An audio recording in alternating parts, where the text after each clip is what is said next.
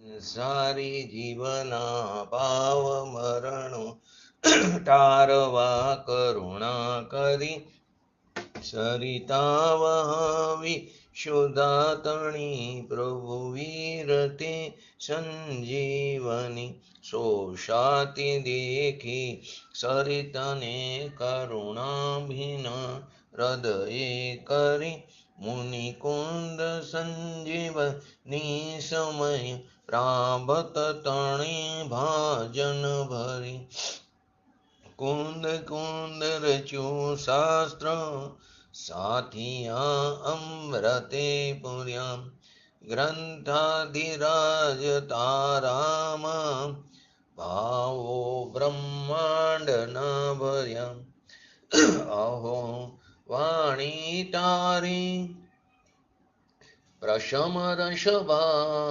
વિનિતરતી મુમુક્ષુને પાતી અમૃત રસ અંજલિ ભરી ભરી અનાદિની મૂર્છા વિષતણી ત્વરા થી ઉતરતી વિભાવેતી તંવે સ્વરૂપ ભણી દોડે પરિણતિ તુષે નિશ્ચય ગ્રંથ ભંગ સગરા વ્યવહારના ભેદવા તું પ્રજ્ઞાક્ષિણી જ્ઞાનને ઉદયની સંધિ સૌ છેદવા સાથી સાધકનો તું ભાનુ જગનો સંદેશ મહાવીરનો વિષમો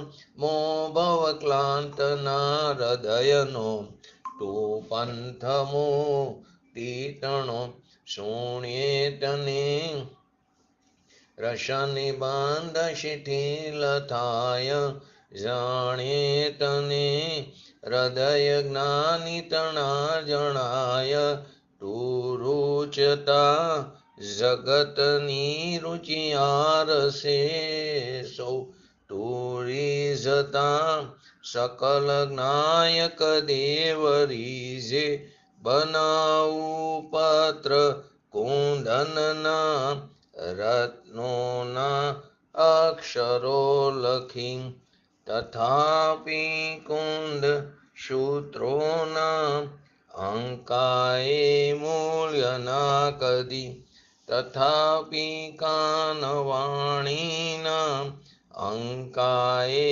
મૂલ્યના કદી નમો રિંગટાણં નમો સિદ્ધાણં નમો અયરણમ નમો ઓજણમ નમો લોયે શવ શ્રાવણમ ચતારી મંગલમ અરિહંતા મંગલમ સિદ્ધા મંગલમ શાહુ મંગલમ કેવલી પંતો ધમો મંગલમ ચતારી લુગુટુમાં અરિહંતા લુગુટુમાં સિદ્ધા લુગુટુમાં શાહુ લુગુટુમાં કેવલી પંતો ધમો લુગુટુમાં ચતારી શરણ ભોજામી અરિહંતે શરણ ભોજામી સિદ્ધે શરણ ભોજામી સાહુ શરણ ભોજામી કેવલી પંતો ધમો શરણ ભોજામી ઓમ નમો અરિહંતાણમ.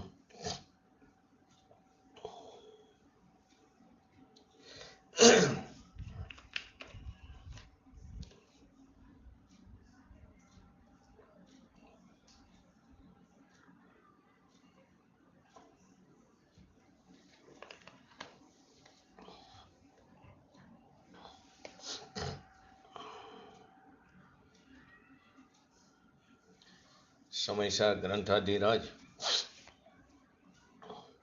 એમાં આપણે પૂજ્ય ગુરુદેવશ્રીના પ્રવચનના આધારે 137 અને 138 નંબરની ગાથા સમજી રહ્યા છીએ. તો 137 હરિગીત.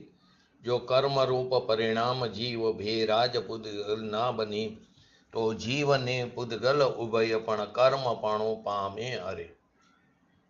પણ કર્મ ભાવે પરિણમન છે એક પૂદગલ દ્રવ્યને જીવ ભાવ હેતુથી અલગ તેથી કર્મના પરિણામ છે. ગાથાની અંદર આચાર્ય ભગવંત એમ કહેશે કે જીવથી જુદું જ પૂદગલ દ્રવ્યનું પરિણામ છે. તો શું કીધું ટીકામાં કે જો પૂદગલ દ્રવ્યને કર્મના પરિણામના નિમિત્તભૂત એવા, એટલે કે જે કર્મ જે બને છે એ તો ખરેખર પોતાના પરિણામથી બને છે. જીવ એને બાંધતો નથી. જે કર્મ કર્મણ વર્ગણામાંથી એની યોગ્યતાથી કર્મ રૂપે 8 પ્રકારના દ્રવ્ય કર્મ જ્ઞાનાવણી આદિ 8 પ્રકારમાં વિભાજિત થઈને પોતાની યોગ્યતાથી આત્માના પ્રદેશો સાથે બંધાય છે. જીવે વિકાર કર્યો માટે તે કર્મ બંધાણા એમ નથી. એ પોતાના પરિણામથી બને. જીવ એને બાંધતો નથી. એ કર્મરૂપી પરિણામ જીવ કરતો નથી. જીવ અજ્ઞાન ભાવથી રાગદ્વેષાદી ભાવરૂપ પરિણામ કરે, પણ એ પૂતગલ પરિણામ એ જીવ કરે છે એવું નથી. રાગદ્વેષાદી ભાવ જીવ પોતાની સ્વતંત્રતાથી પોતે સ્વયં પરને આધીન થઈને, એટલે કે પરનું લક્ષ્ય કરીને રાગદ્વેષાદી વિકાર ભાવ એ ઉત્પન્ન થાય છે. ખરેખર તો એ સમયની પર્યાયનો વિભાવ સ્વભાવ છે. એ પર્યાયના પોતાના ષષ્ટકારકોને કારણે એ રાગદ્વેષાદી ભાવ ઉત્પન્ન થાય છે, વિકાર ઉત્પન્ન થાય છે. એ સ્વભાવ નથી, ત્રિકારી સ્વભાવ નથી. જો સ્વભાવ હોય તો એનો અભાવ થાય નહીં, તો એનો તો અભાવ થાય છે. તો એ પર્યાયનો વિભાવ સ્વભાવ છે. પરંતુ જીવ અજ્ઞાન ભાવથી રાગદ્વેષાદી શુભાશુભ ભાવરૂપી પરિણામ કરે, પરંતુ એ પૂતગલ પરિણામ જીવ કરે કર્મના, એવું નથી.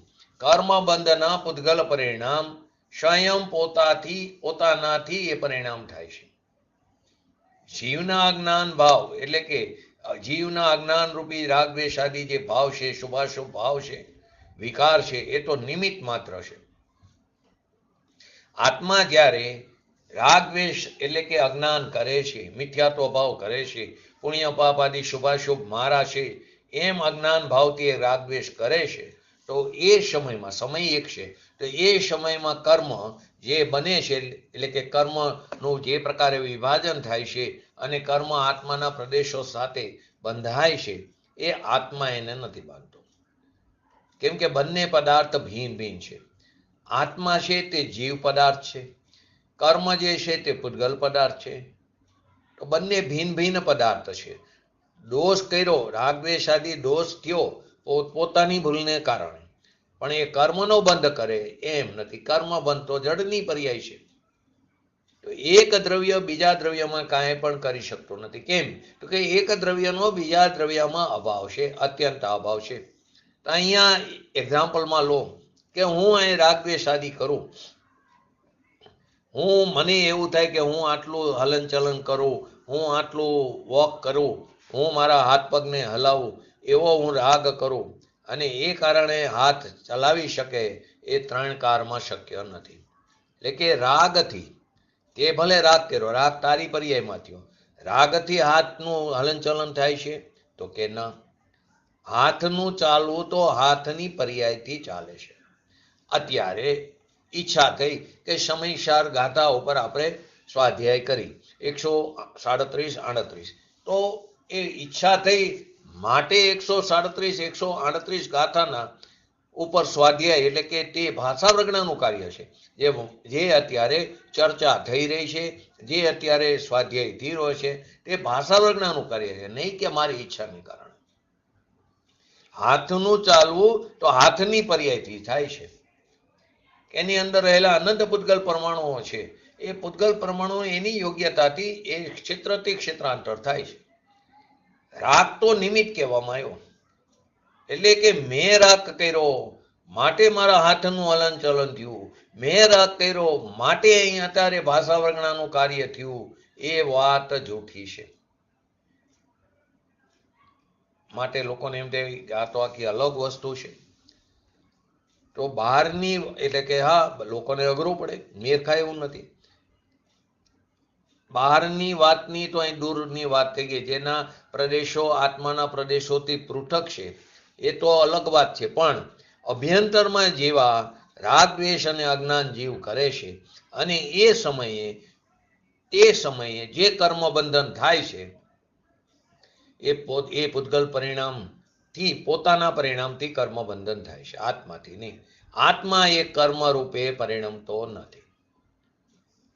જો પૂતગલ દ્રવ્યને, એટલે કે કર્મ પરિણામના, એના કર્મના પરિણામ જે થાય છે એના નિમિત્તભૂત એવા રાગદ્વેષ આદિ ભાવ, વિકાર ભાવ, અજ્ઞાન પરિણામ, એ રાગ દ્વેષ દયા દાન વ્રત ભક્તિ કામ ક્રોધ ભોગ આદિના જે ભાવ છે શુભાશુભ ભાવ એ મારા છે એવો અજ્ઞાની એ ભાવને પોતાના માનીને એની અંદર અહમપણું સ્થાપિત કરીને એ જીવ સ્વયં એ રાગદ્વેષ રૂપે પરિણમે છે.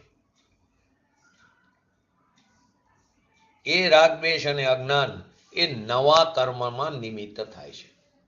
નવો જે કર્મનો બંધ થાય એ નવા કર્મમાં નિમિત્ત થાય. પણ નવું કર્મ નિમિત્ત શબ્દ આવ્યો એટલા માટે નિમિત્ત અકિંચિત કરશે.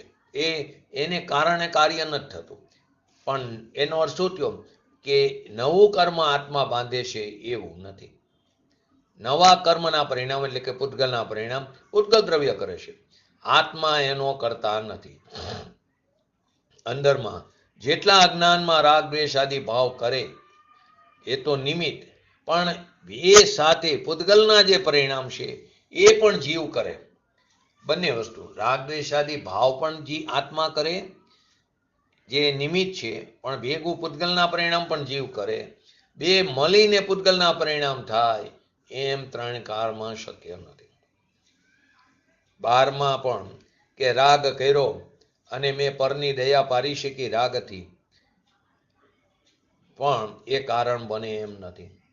પરનું પરિણમન તો એના કારણથી થાય છે. રાગ તો નિમિત્ત માત્ર છે. એ રાગ પરની દયા પારી શકે એમ નથી. રાગ આવ્યો તો પૂતગલની કોઈ પણ રચના થઈ એવું નથી. શાસ્ત્રની રચના થઈ. ભાવલિંગી મુનિરાજને શાસ્ત્ર લખવાનો વિકલ્પ આવ્યો તો એમને રાગ થયો, શુભ ભાવ આવ્યો. એ શુભ ઉપયોગને કારણે શાસ્ત્રની રચના થઈ, પૂતગલની રચના બની એવું નથી. માટે તો અમરચંદ્ર આચાર્ય દેવે ટીકામાં કીધું, ટીકાનો કરતા હું નથી. નિર્માણતા કેટલી મુનિરાજની. અહીં તો આપણને થોડું ઘણું ક્ષયક્ષમ હોય તો અભિમાનનો પાર નથી. અહીં તો એમ કહે છે કે પૂતગલની રચના શુભ ભાવ આવ્યો, રાત્ર લખવાનો વિકલ્પ આવ્યો, આત્માની અંદર સ્થિર ન રહી શકવાને કારણે શુદ્ધ ઉપયોગમાંથી ચ્યુત થયા તો શુભ ઉપયોગ થયો. 12 ભાવનાનું ચિંતન કરવાનો વિકલ્પ આવ્યો, જીનેન્દ્ર ભગવાનના દર્શન કરવાનો વિકલ્પ આવ્યો, શાસ્ત્રની રચના કરવાનો વિકલ્પ આવ્યો. તો કે રાગ આવ્યો તો પૂતગલની રચના બની એવું નથી. છે ને 6થા ગુણસ્થાનની અંદર 7મા ગુણસ્થાનના 2 ભાગ છે. એક સ્વસ્થાન અપ્રમત્ત દશા અને એક સાતિશય અપ્રમત્ત દશા.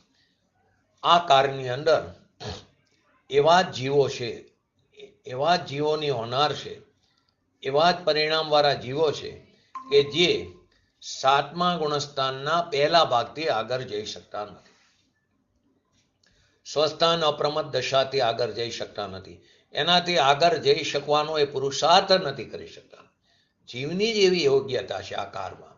આરોપ કાર ઉપર આવ્યા, પંચમ કાર ઉપર, પરંતુ આ કારની અંદર એવા જીવો છે કે જે પુરુષાર્થ કરી શકતા નથી પ્રબળ. એટલે કે સાતિશય અપ્રમત્ત દશામાં આવતા નથી. સાતિશય અપ્રમત્ત દશામાં આવે તો જીવ શ્રેણી ચડી શકે, ભલે પછી યોગ્યતા મુજબ ઉપશમ ચડે કે શપક ચડે, પરંતુ સાતિશય અપ્રમત્ત દશામાં આવતા જ નથી. સ્વસ્થાન અપ્રમત્ત દશામાંથી તે પાછા શુભ ઉપયોગમાં આવી જાય છે. 6ઠા ગુણસ્થાનમાં પરિણીતિ શુદ્ધ હોય છે, કેમ કે વિતરાગતાના 2 કારણ છે, શુદ્ધ ઉપયોગ અને શુદ્ધ પરિણીતિ. વિતરાગતા છે, પરિણીતિ શુદ્ધ પરિણીતિ જ્ઞાયક તરફ ટકેલી છે. આહાર કરતી વખતે, આહારદાન વખતે પણ એમને આહાર દર્પણની માફક પ્રતિભાસ થાય છે. આવા મુનિરાજ એમ કહે છે રાગ આવ્યો તો પૂતગલની રચના થઈ એવું નથી. પૂતગલની રચના બને છે, એ રાગ આવ્યો તો રાગથી પૂતગલની રચના થઈ, શાસ્ત્રની રચના બની એવું નથી. શાસ્ત્રની રચના પૂતગલ પરિણામથી બની છે. એમાં જ્ઞાની હોય કે અજ્ઞાની, એનો રાગ તો નિમિત્ત માત્ર છે. રાગથી બની નથી. ઈચ્છા થઈ માટે શાસ્ત્રનો લખવાનો વિકલ્પ આવ્યો એમ નથી. એટલે વિકલ્પ આવ્યો માટે શાસ્ત્રની રચના થઈ એમ નથી. રાગનો કરતા થઈને અજ્ઞાની શું કીધું? રાગનો કરતા થઈને રાગને કરે છે. એ રચનામાં નિમિત્ત માત્ર છે. અહીં તો આ ગાથા અજ્ઞાનીની અપેક્ષાએ ચાલે છે. એ રચનામાં નિમિત્ત માત્ર છે, પણ જે સૂત્ર રચના પૂતગલની થાય છે એ પૂતગલથી જ થાય છે. શાસ્ત્રની રચના, સૂત્રની રચના પૂતગલથી થાય, પૂતગલની થાય છે અને પૂતગલથી જ થાય છે. આ તો બાહ્ય નો કર્મની વાત છે. પરંતુ અહીં તો અંદરમાં ભાવ કર્મ કરે છે જીવ. રાગદ્વેષાદી વિકાર ભાવ કરે છે જીવ પોતાની ભૂલને કારણે. પણ એ સમયે જે દ્રવ્ય કર્મ બંધાય છે એ જીવ કર્મોને બાંધે છે અને જીવ પોતાના રાગને પણ કરે એવું નથી. જે સમયે દ્રવ્ય કર્મ, જે સમયે જીવ પોતાની ભૂલને કારણે ભાવ કર્મ કરે છે, રાગદ્વેષાદી ભાવને કરે. બોલો.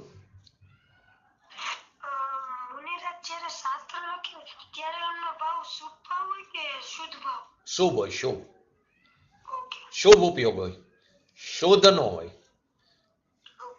શુદ્ધ ઉપયોગ એટલે આત્મામાં સ્થિર થાય. આત્મામાં સ્થિર રહી શકતા નથી એવું એમને આવા વિકલ્પ આવે. શાસ્ત્ર રચવાનો વિકલ્પ આવે, બાર ભાવનાનું ચિંતન કરવાનો વિકલ્પ આવે, પઠન પાઠન કરવાનો વિકલ્પ આવે, જીનેન્દ્ર ભગવાનના દર્શન કરવાનો વિકલ્પ આવે. અને કોઈ મુનિરાજને આહારક શરીર હોય છે કે મસ્તકમાંથી પુત્રો નીકળે સફેદ, સપ્ત ધાતુથી રહિત એ પુત્રો નીકળી અને જ્યાં જીનેન્દ્ર ભગવાન સમસ્તરણમાં બિરાજમાન છે ત્યાં જઈને અપ્રયોજનભૂત તત્વની બાબતમાં જે આશંકા થાય એનું સમાધાન કરે. તો આ બધું જે થાય એ શુભ ઉપયોગમાં થાય, છઠ્ઠા ગુણસ્થાનમાં થાય છે. બરાબર. તો કે જીવ અંદરમાં ભાવ કર્મ કરે છે પોતાની ભૂલને કારણે, પણ એ સમયે જે દ્રવ્ય કર્મ બંધાય છે એ જીવ કર્મોને બાંધે છે અને જીવ પોતાના રાગને પણ કરે એવું નથી. જીવ અને પૂતગલ મળીને પૂતગલનું પરિણામ થાય છે એમ નથી. જીવ અને પૂતગલ બે મળીને પૂતગલનું પરિણામ થાય છે એમ નથી. તો પ્રશ્નો થાય, શ્રોતાને દેખવામાં તો આવે છે તો કે ભ્રમ છે. તું માનેસ ને એ ભ્રમ છે. રાગનો ભાવ કરે છે અજ્ઞાની, જ્ઞાનીને પણ રાગ આવે છે, પરંતુ એ રાગનો જાણવા વાળો રહેશે તો એને તો કર્મબંધન છે જ નહીં. પણ અજ્ઞાનીને એ રાગનો ભાવ આવે એને પોતાનો માને છે અને જ્ઞાનીને રાગ આવે છે ભૂમિકા અનુસાર તે રાગનો જાણવા વાળો રહેશે તો એને તો કર્મબંધન છે નહીં. રાગ જેટલા અંશે છે એટલો બંધ પણ છે, પણ એ અલ્પ સ્થિતિ, અલ્પ રસનો બંધ પડે છે, જેને શાસ્ત્રમાં ઘણી જગ્યાએ ગૌણ કરીને સમ્યક દ્રષ્ટિને ધર્મી જીવને કર્મનો બંધ પડતો નથી એવું લખવામાં આવે છે. પડે છે બંધ. ભૂમિકા અનુસાર રાગ દ્વેષ જેટલા છે એટલા અંશે અલ્પ સ્થિતિ રસનો બંધ પડે છે, પરંતુ એનો આત્મા સ્વામી નથી, માલિક નથી. આપણે બીજી સાદી ભાષામાં કહી તો રાગનો રાગી નથી. પોતાને રાગ આવ્યો એનો પણ આત્મા સ્વામી નથી. ધર્મીને રાગ આવે પણ એ રાગનો સ્વામી નથી. અને એ સમયે જે કર્મની પર્યાય બને છે એ રાગ આવ્યો માટે કર્મની પર્યાય, એટલે કે આત્માના પ્રદેશ સાથે કર્મનો બંધ પડ્યો એમ નથી. એ કર્મની પર્યાયનો એટલે કે કર્મના પરમાણુ, કર્માણ જ્ઞાતિ કર્મની પર્યાય રૂપે આ કર્મના પરમાણુ આત્માના પ્રદેશ સાથે બંધાણા એ એની પોતાની યોગ્યતાથી બંધાણા છે. તો પૂતગલ દ્રવ્યને કર્મ પરિણામને નિમિત્તભૂત એવા, એટલે કે નવું કર્મ જે બને છે પૂતગલ પરિણામથી એમાં નિમિત્તભૂત કોણ છે? મારા ભાવ કર્મ, રાગદ્વેષાદી વિકારી ભાવ. તો એ રાગદ્વેષાદી અજ્ઞાન પરિણામ એનો કરતા છે અજ્ઞાની, રાગનો કરતા છે. રાગ મારો છે અને રાગનો કરતા થઈને અજ્ઞાની એ માને છે કે રાગ મારો છે, એટલા પૂરતું પોતાનું અહમપણું સ્થાપિત કરી દીધું છે. એ રાગનો કરતા થાય છે અજ્ઞાન દશામાં. હવે એ અજ્ઞાન ભાવ, એ અજ્ઞાન પરિણામથી પરિણમેલો જીવની સાથે કે જે અજ્ઞાની છે, રાગી છે, તો એની સાથે જ એટલે કે કર્મના પરિણામ, પૂતગલ દ્રવ્ય જે કર્મ રૂપે પરિણામ થાય છે એ બંને સાથે ભેગા મળીને જ એ રાગના પરિણામ અને પૂતગલના પરિણામ બંને મળીને થાય છે એવું છે નહીં. રાગના પરિણામ અને પૂતગલના પરિણામ, કર્મનો, નવા કર્મનો જે બંધ પડે છે એ બંને પરિણામ બંને મળીને થયા એમ નથી. અજ્ઞાની પુણ્ય પાપના શુભાશુભ ભાવ વિકલ્પ આદિ રાગ આદિ કરે છે એને પોતાના માનીને એ રાગને કરે છે અને એનું નિમિત્ત પામીને નવું કર્મનો બંધ બંધાય છે પોતાથી સ્વતંત્રપણે, સ્વાધીનપણે. પરંતુ આત્મા નવા કર્મને બાંધે, એ નવા કર્મને પરિણામે એમ નથી. એટલે જેટલા ટકા રાગ થાય એટલા ટકા કર્મ બંધાય? તો કે હા. જેટલા ટકા કરે એટલા બંધાય, પણ એ રાગથી બંધાણા એમ નથી. તો જેટલા અંશે રાગ દ્વેષ આદિમાં જોડાણો, જેટલી તીવ્રતાથી, તો જેટલા અંશે જોડાણો તેટલા અંશે કર્મનો બંધ પડે છે. પ્રદેશ બંધ, પ્રકૃતિ બંધ, સ્થિતિ બંધ, અનુભાગ બંધ પડે છે. પરંતુ એ રાગથી નથી. જેટલા ટકા રાગ દ્વેષના પરિણામ કરે પોતાના માનીને અજ્ઞાની, એટલા પ્રમાણમાં સામે કર્મનો બંધ થાય છે. પણ એ કર્મ બંધનમાં એ રાગ તો નિમિત્ત માત્ર છે. કર્મ બંધનના પરિણામ તો કર્મથી પૂતગલથી થયા છે, રાગથી થયા એમ નથી. રાગ ન કરે તો કર્મ બંધન થાય તો થતું નથી. એ પ્રશ્ન જ અહીં નથી. અહીં જ્ઞાનીની વાત જ નથી. અજ્ઞાની કરે છે, બસ નિમિત્ત, એની વાત છે. રાગનો કરતા નથી જ્ઞાની, તો એની વાત નથી. જ્ઞાનીને રાગ આવે છે પણ એ રાગનો જ્ઞાતા છે. જ્ઞાનીને રાગ આવે પણ એ રાગનો કરતા નથી, રાગનો માલિક નથી, સ્વામી નથી. એ રાગનો જ્ઞાતા છે. ખરેખર તો એને રાગનો જ્ઞાતા કેવો એ પણ વ્યવહાર છે. ખરેખર તો જ્ઞાતા, જ્ઞાન અને જ્ઞેય ત્રણેય નિયમથી કેવા છે? અભેદ છે. તો રાગનો જ્ઞાતા કેવો વ્યવહાર છે? ખરેખર તો એ પોતાની પર્યાયનો જાણવા વાળો છે. ખરેખર તો એ પોતાની પર્યાયનો જાણવા વાળો છે. રાગનો જ્ઞાતા કેવો હોય તો વ્યવહાર રાગ સંબંધીના જ્ઞાન અને જ્ઞાન જાણી રહ્યું છે. જ્ઞાન અને જ્ઞાન જાણી રહ્યું છે. ખરેખર તો આ વસ્તુ છે. તો આગળ જુઓ તો હજી એ પણ ભેદ પડ્યો, પર્યાયનો જાણવા વાળો. તો જ્યાં જ્યાં ભેદ પડ્યો છો વ્યવહાર. તો ધર્મી જીવ તો શું કે હું કેવો છું? ધર્મી જીવ તો જ્ઞાયક સ્વરૂપ હું છું, પર્યાય માત્ર પણ હું નહીં. તો રાગની વાત તો ઘણી દૂર રહી ગઈ. જ્ઞાયક માત્ર હું અભેદ છું. પંચાધ્યાયની અંદર આત્મા ગુણ સ્વરૂપ છે. જો એમ કીધું તો પણ અહીંયા ભેદ થઈ ગયો ગુણ ગુણીનો. આત્મા એક, ગુણ સ્વરૂપ બે, તો ભેદ પડી ગયો ગુણ ગુણીનો. તો પણ વ્યવહાર થઈ ગયો. આત્મા સત સ્વરૂપ છે, તો આત્મા અને સત સ્વરૂપ, એ પણ ભેદ થઈ ગયો, એ પણ વ્યવહાર થઈ ગયો. આત્મા દ્રવ્ય છે, તો આત્મા અને દ્રવ્ય, તો પણ ભેદ થઈ ગયો. એમ કહ્યું તો પણ ભેદ થઈ ગયો. એટલે કે આ તેને દ્રવ્ય કહો, સત કહો, ગુણ કહો, તો બધે ભેદ પડી ગયો. તો ખરેખર તો કેવું છે? જ્ઞાયક. જ્ઞાયકથી આગળ જેટલું પણ લખ્યું, જેટલું પણ બોલ્યા, બધો ભેદ થશે. પરંતુ સમજાવવા માટે તો વ્યવહારની જ ભાષા આવે. અહીંયા તો જે આત્મા પોતાનું સ્વરૂપ, જે ચૈતન્ય મૂર્તિ જ્ઞાયક સ્વરૂપ છે, જે જીવ આત્માને જાણતા નથી અને પોતાની પર્યાયમાં પુણ્ય, પાપ, દયા, દાન, વ્રત, તપ, ભક્તિ આદિના પરિણામ આવે છે, એનો કરતા થાય છે અજ્ઞાની. અને એને જે કર્મ બંધન થાય છે એ જીવથી નહીં, આત્માથી નહીં. એટલે કર્મનો બંધ થાય છે, એ કર્મ બાંધે છે જીવ, એમ નથી. જીવ તો પોતાના અજ્ઞાન પરિણામને કરે છે. નવા કર્મ બને છે એ પૂતગલનું પરિણામ છે, એ જીવે કર્યા એવું નથી.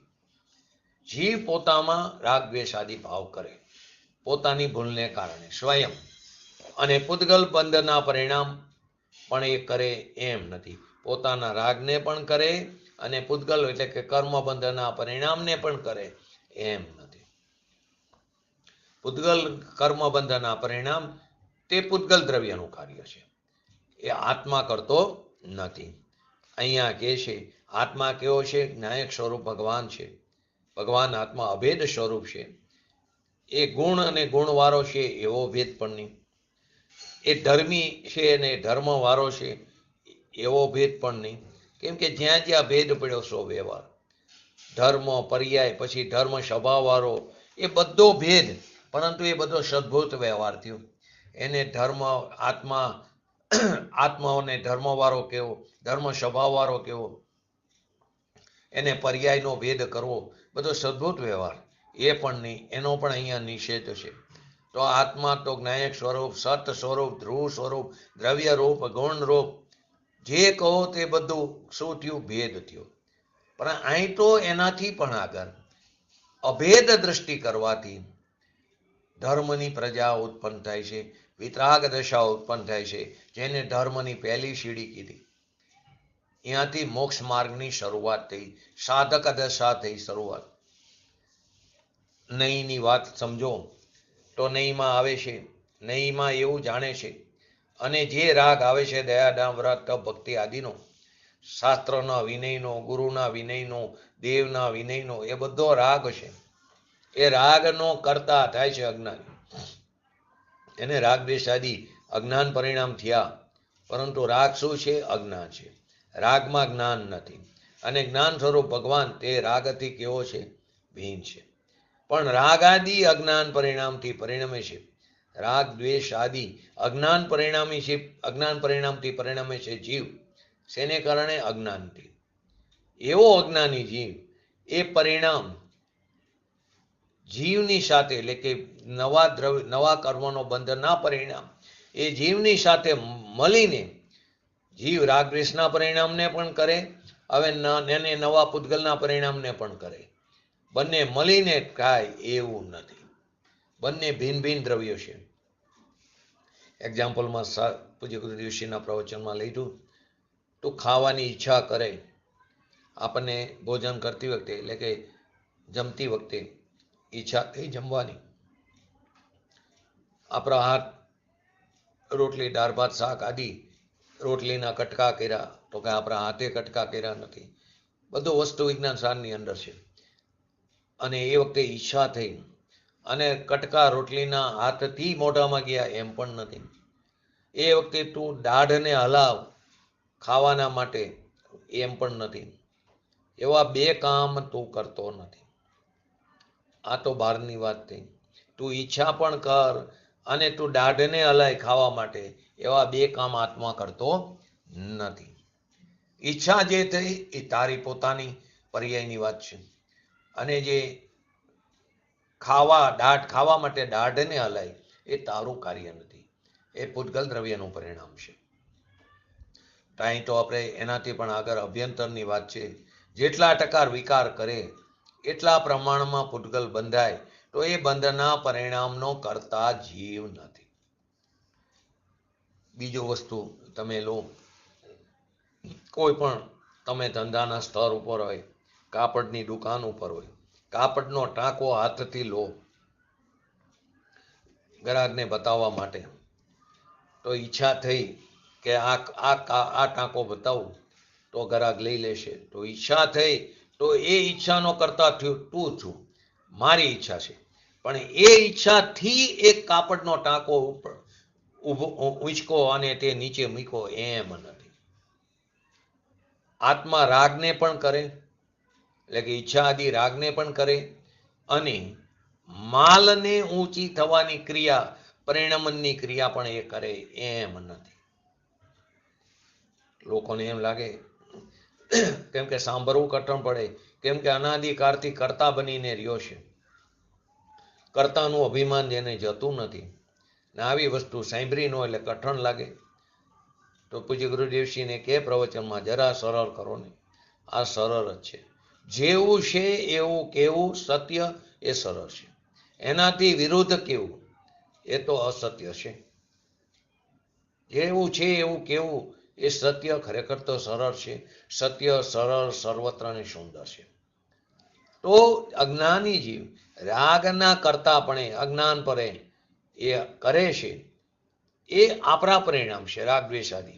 અને એ સમયે નવા કર્મનો બંધ થાય છે, એ આપણા રાગ દ્વેષ આદિ પરિણામને કારણે બંધાય છે એવું નથી.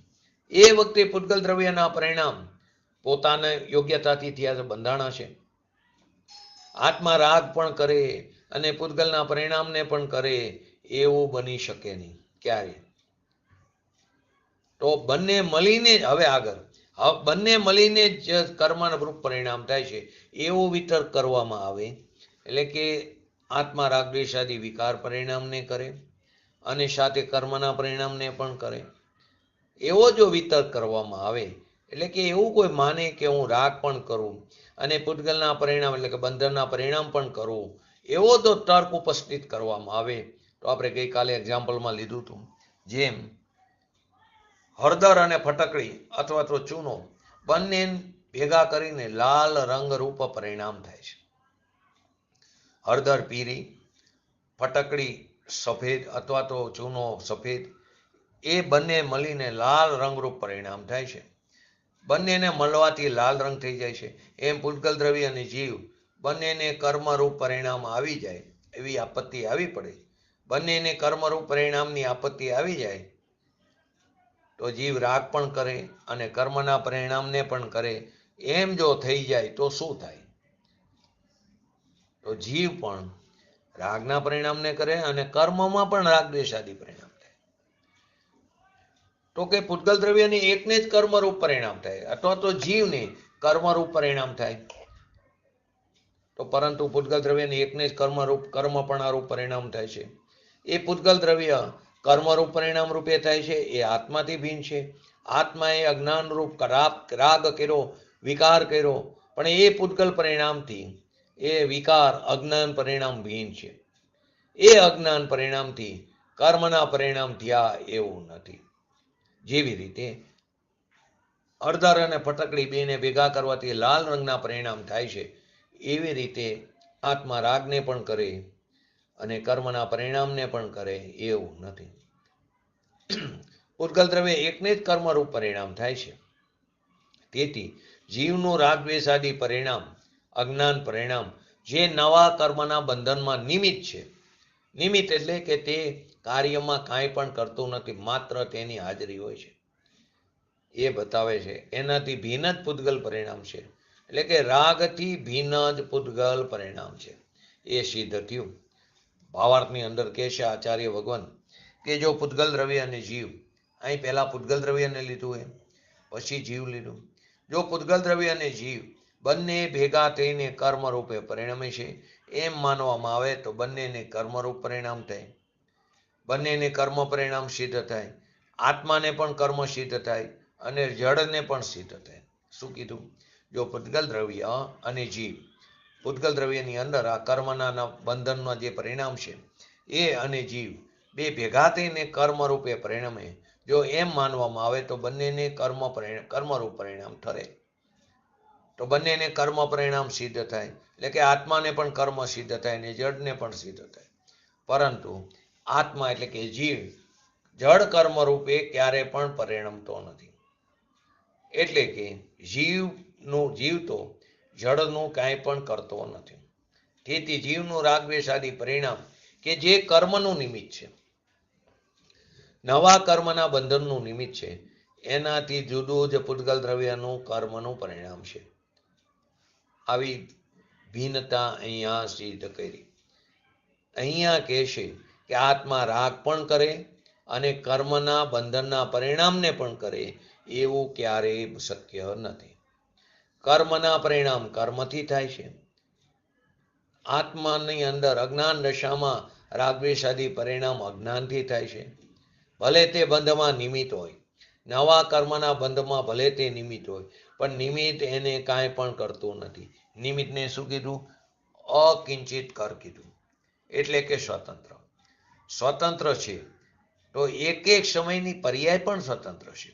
એટલે કે કોઈની પર્યાય થાય એવું છે નહીં.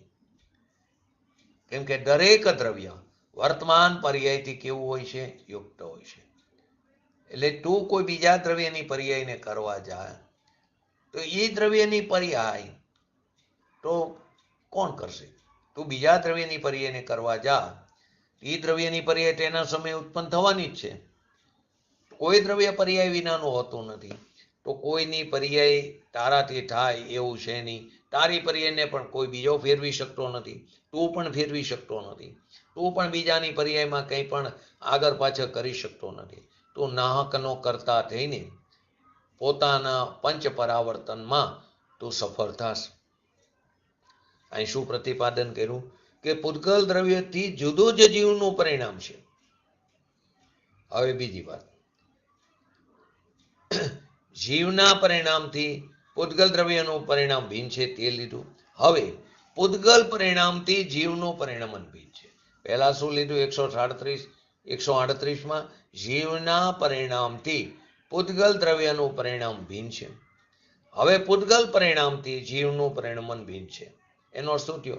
પૂતગલ કર્મનો ઉદય આવ્યો. પૂર્વે કરેલા પરિણામોને આધીને જે નવ કર્મનો બંધન થયું હતું એની સ્થિતિ પૂરી થતા જે અનુભાગ આવ્યો, એટલે કે કર્મનો ઉદય આવ્યો, તો જીવને રાગદ્વેષ કરવા પડ્યા એવું નથી.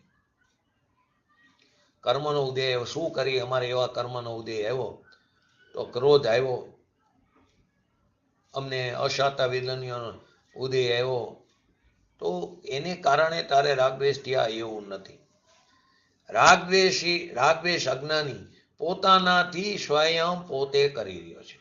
પોતાની ભૂલને કારણે, સ્વભાવ તરફ લક્ષ્ય ન થવાને કારણે, સ્વભાવનો આશ્રય ન લેવાને કારણે પૂતગલનો ઉદય પોતાથી આવ્યો, તો પૂતગલ પણ પોતાથી પરિણમ્યા, અને પૂતગલ આત્માને રાગદ્વેષ પણ કરાવે એવું ત્રણ કર્મ નથી. પૂતગલ પોતાથી પરિણમ્યું, અને એટલે કે એનો કર્મનો ઉદય તે સ્વયં પોતાની યોગ્યતાથી આવ્યો, અને એ પૂતગલ આત્માને રાગદ્વેષ પણ કરાવે એવું ત્રણ કારમાં શક્ય નથી. અત્યારે તો શું આવે? કર્મને લઈને થાય, કર્મ વિકાર કરાવે. એટલે કે પૂતગલ દ્રવ્યથી જ જુદું જ જીવનું પરિણામ છે એમ આચાર્ય ભગવંત પ્રતિપાદન કરે છે. 139 140 નંબરની ગાથા, એનું હરિગીત જયંતિભાઈ.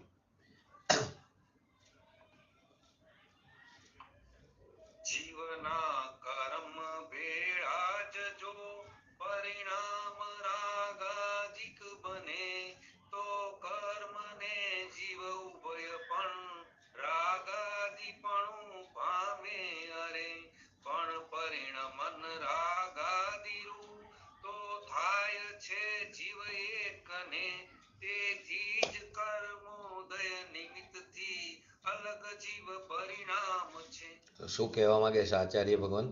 જો જીવને રાગદ્વેષ આદિ અજ્ઞાન પરિણામના નિમિત્તભૂત, એનું નિમિત્ત કોણ છે?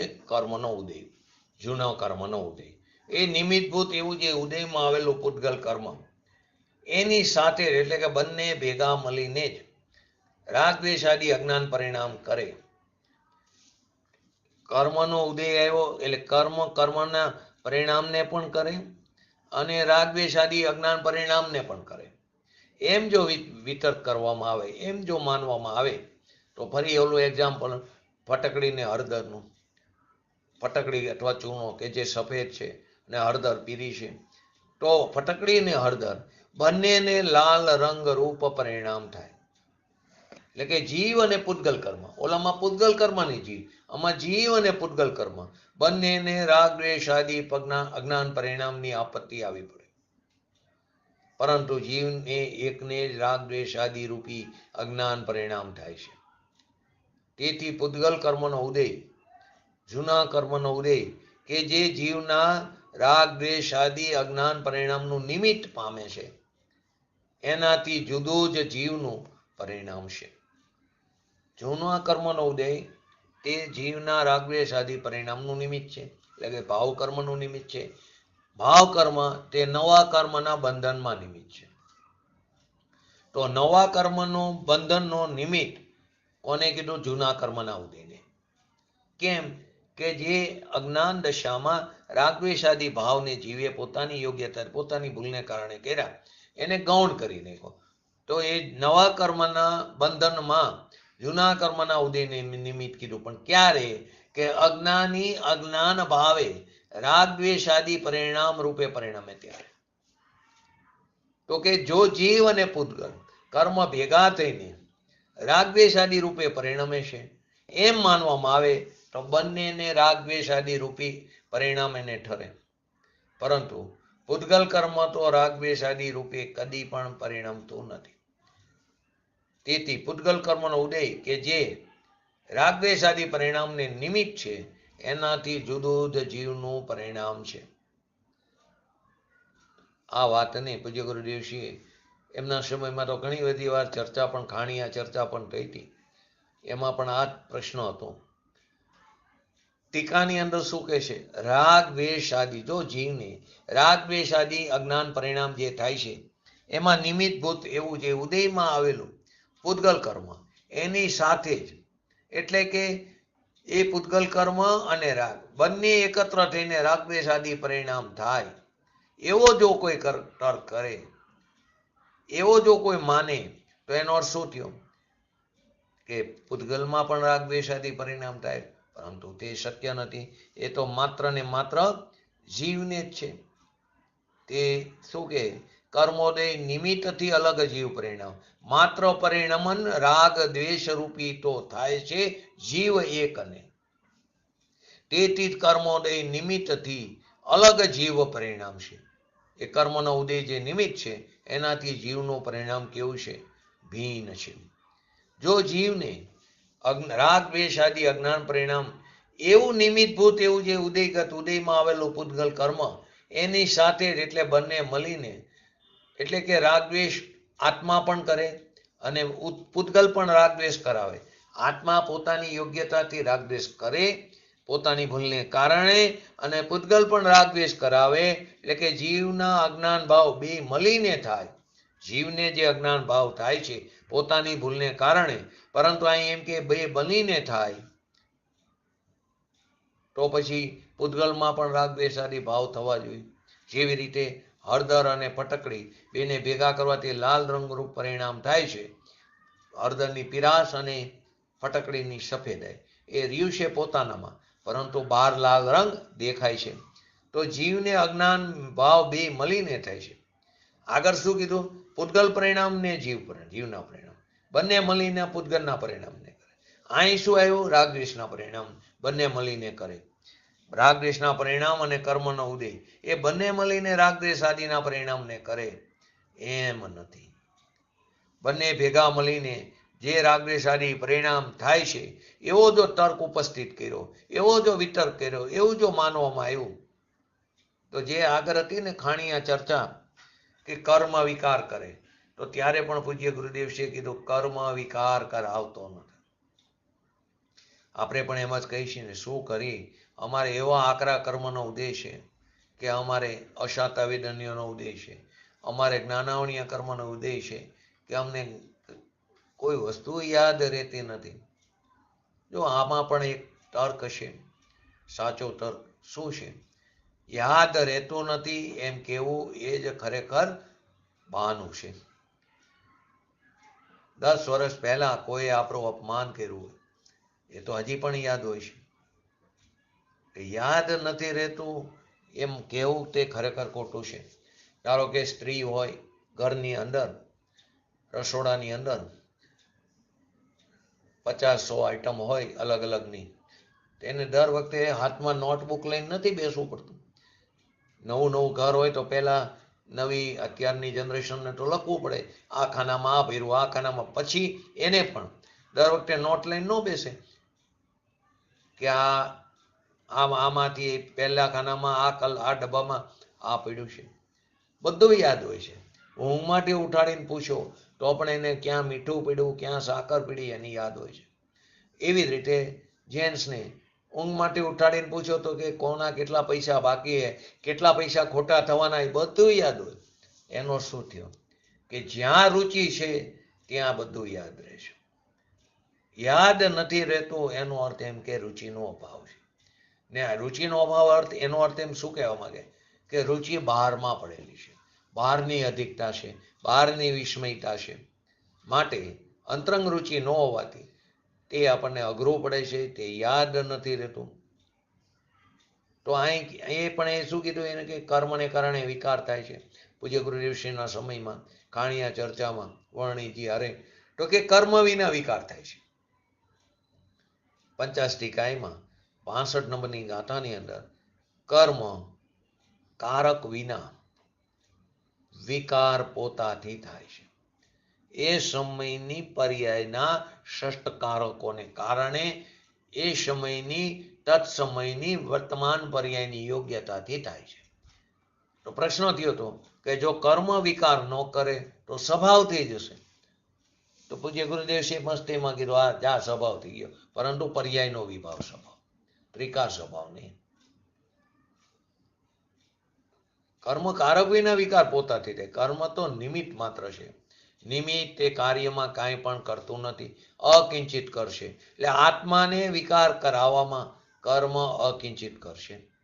કઈ છે ને શું કરીએ, મારા અંતરાય કર્મનો ઉદય છે તો શાસ્ત્ર સ્વાધ્યાય થતો નથી. આપણા પુરુષાર્થની નબળાઈ છે.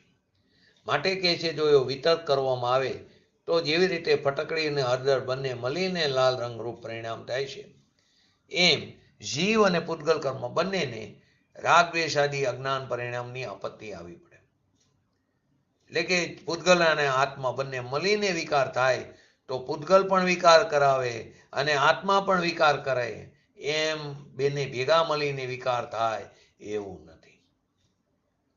મિથ્યાત્વ ભાવ, અજ્ઞાન ભાવ આત્મા સ્વયં કરે છે. તો એમાં દર્શન મૌન્ય કર્મનો ઉદય આવ્યો તો એને કારણે મિથ્યાત્વનો ઉદય થયો, મિથ્યાત્વ આવ્યો એમ નથી.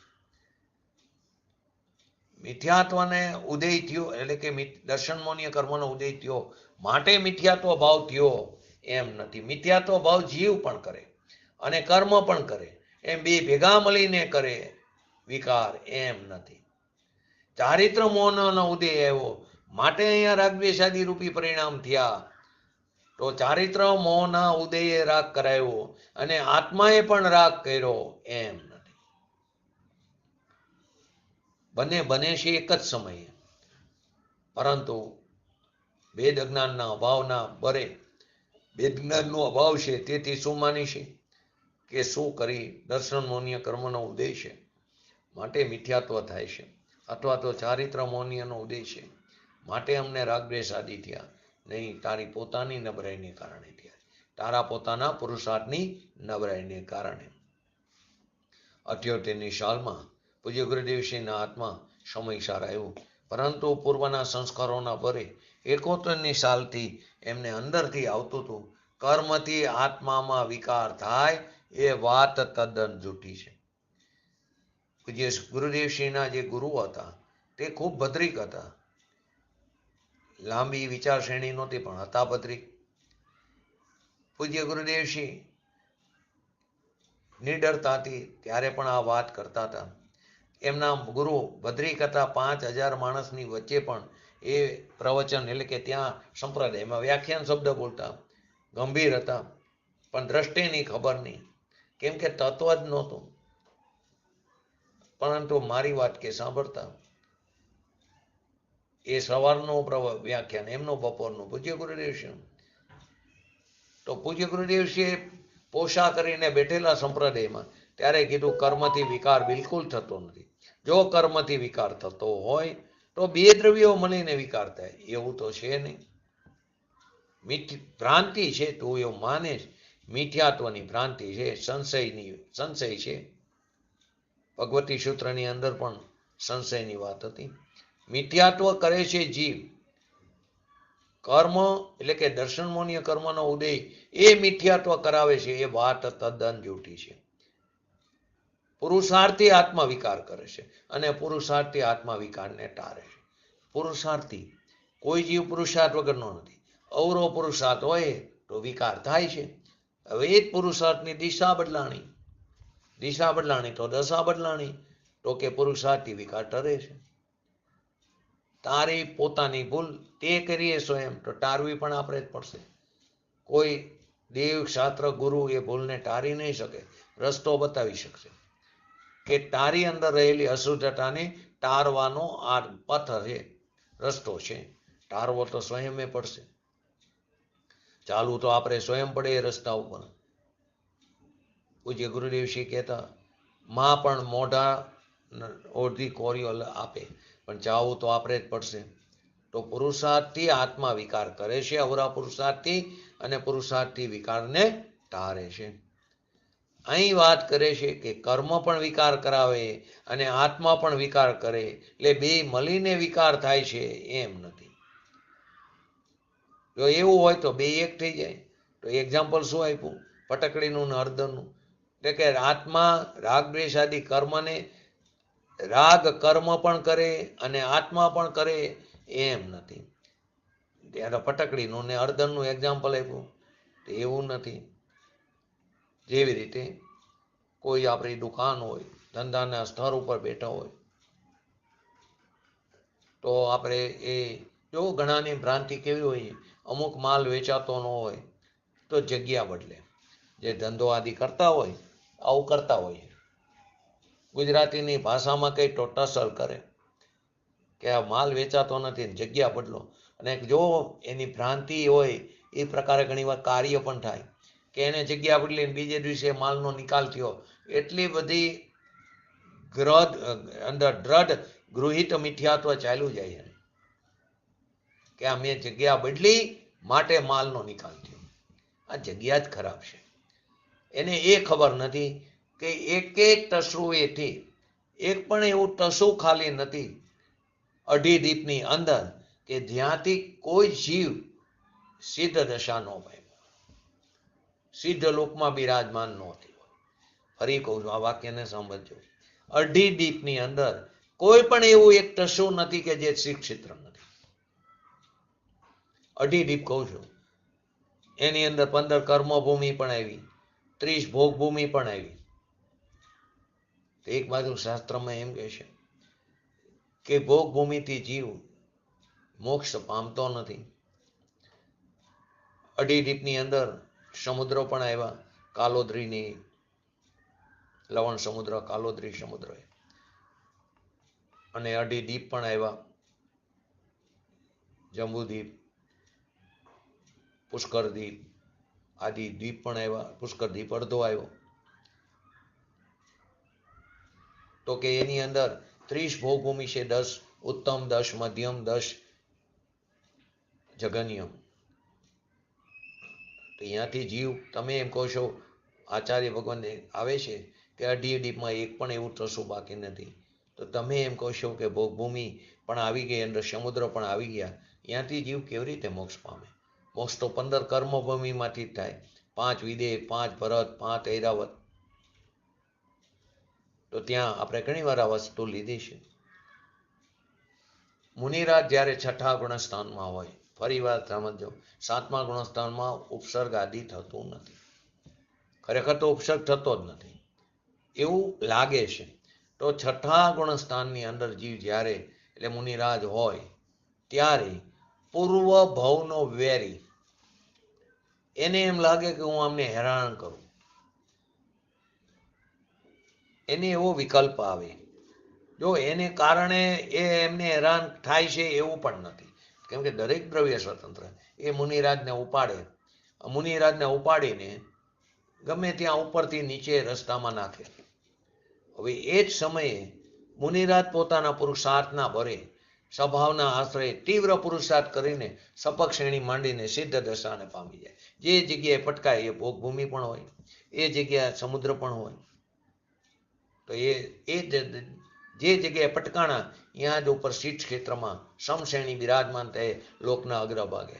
માટે એમ કહેવામાં આવે, લોકની અંદર એક પણ એવું તશું નથી કે જ્યાંથી જીવ સિદ્ધ દશા પામ્યો ન હોય. અને તું એમ કે આ જગ્યા ખરાબ, આ જગ્યા સારી, આ વહેમવાળી જગ્યા. આપણે ઘર આદિ લઈ વાસ્તુ જોઈ, આ વહેમવાળી જગ્યા, ભાઈ અગ્નિ ખૂણામાં જ આવવું હોવું જોઈએ, સાઉથ બાજુ મોઢું ન હોવું જોઈએ મકાનનું, હેરાન થઈ. આ બધી ગૃહિત મિથ્યાત્વના લક્ષણો છે. અને જ્યાં સુધી ગૃહિત મિથ્યાત્વ નહીં જાય ત્યાં સુધી અગૃહિત મિથ્યાત્વ નહીં તરે. અને જ્યાં સુધી અગૃહિત મિથ્યાત્વ નહીં તરે, નાસ્તિથી લો, ત્યાં સુધી વિતરાગ દશા પ્રાપ્ત નહીં થાય.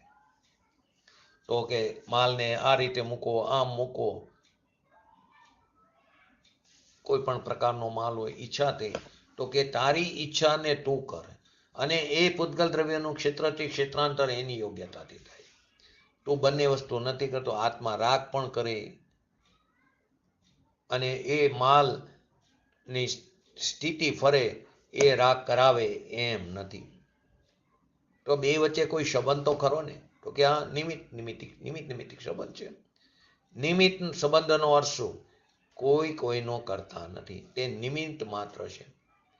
તો જીવને રાગ દ્વેષ આદિ અજ્ઞાન પરિણામના નિમિત્તભૂત, અજ્ઞાન પરિણામ જીવમાં, એમાં નિમિત્તભૂત પૂર્વ કર્મનો ઉદય, એક પૂર્વ કર્મનો ઉદય વિકાર કરાવે ને આત્મા વિકાર કરે એવું નથી, નિમિત્ત કીધું. એ તો પૂતગલના બંધમાં પણ અજ્ઞાનીના રાગદ્વેષ આદિ પરિણામને નિમિત્ત કીધા, પણ નિમિત્ત કરાવે છે પર પરિણામમાં એમ નથી.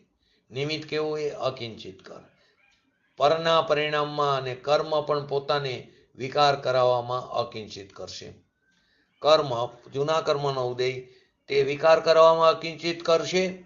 અહીંના રાગદ્વેષાદી વિકાર પરિણામ તે નવા કર્મના બંધમાં અકિંચિત કરશે, નિમિત્ત માત્ર છે.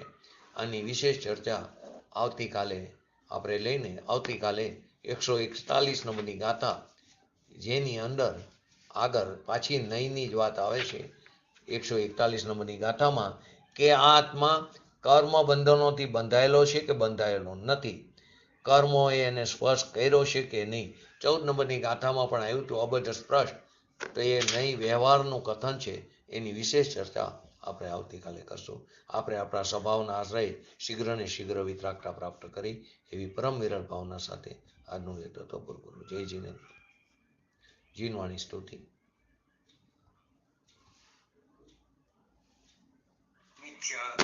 नाश में को ज्ञान के प्रकाश में को आपा पर पास में को पानुषी बखानिए छो द्रव्य जानवे को बंद विधि बानवे को स्वपर पिछानवे को परम प्रमाणिए अनुभव बताए को जीव के जताए को काउ न सताए को मव्यूर आनी है जहाँ तहाँ तारवे को पारवे उतारवे को सुख विस्तारवे को यही जिन वाणी है निज निधि निज में दिखाई यह अनंत उपकार है उसके लिए जिन वाणी मात को वंदना शत बार है वंदना शत बार.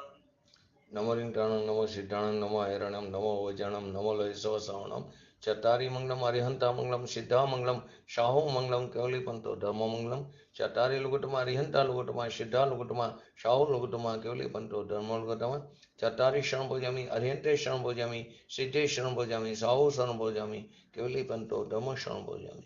बोलिए श्री पंच परमेष्टि भगवंतोનું જય હો.